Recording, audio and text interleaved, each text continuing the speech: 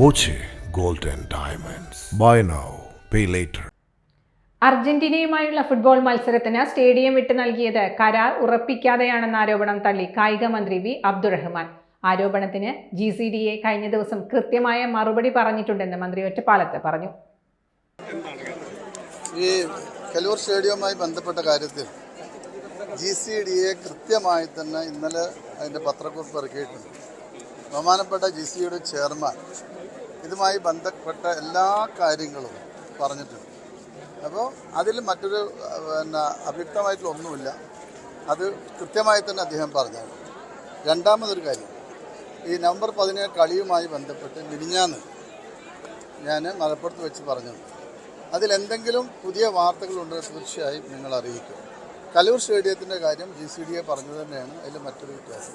Stadium Argentina team വന്ന് പരിശോധിച്ചു. സംസ്ഥാന സർക്കാരും പരിശോധിച്ചിരുന്നു. ഫയർ ആൻഡ് റെസ്ക്യൂ പോരായ്മയുണ്ട്. സുരക്ഷാ കാര്യങ്ങളിലും പരിമിതിയുണ്ടായി. ഇതിനാലാണ് നിശ്ചയിക്കപ്പെട്ട ദിവസം മത്സരം നടക്കാതിരുന്നത്. ഇവ പൂർത്തീകരിച്ച് ഫിഫയുടെ അനുമതി ലഭിച്ച ശേഷം കളി നടക്കും. സ്പോൺസറെ കണ്ടെത്തിയത് സുതാര്യമായ നടപടിയിലൂടെയാണെന്നും മന്ത്രി വിശദീകരിച്ചു.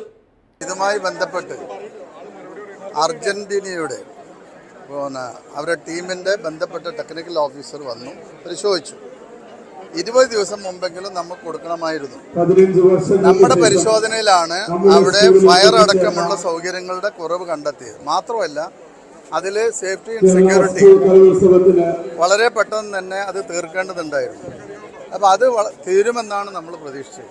സമയത്തിന് ആ വർക്കുകൾ ഇപ്പോൾ പൂർത്തീകരിച്ച് നിങ്ങൾ കണ്ടല്ലോ. ഇപ്പോൾ കലൂർ സ്റ്റേഡിയത്തിൽ ഇത്രയും ആളുകൾ ജോലി ചെയ്യാണ്. ആ ജോലി പൂർത്തീകരിച്ചു കഴിഞ്ഞാൽ നമുക്ക് ഫിഫയുടെ അംഗീകാരം വാങ്ങിക്കഴിഞ്ഞാൽ നമുക്ക് കളി നടത്താം.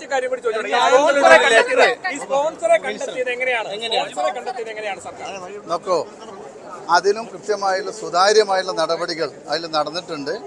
അത് കൃത്യമായി അത് വിളിച്ചു. അതിൻ്റെ സർക്കാർ ഉത്തരവ് നിലവിലുണ്ട്. അതിൽ കൃത്യമായി പറഞ്ഞിട്ടുണ്ട്.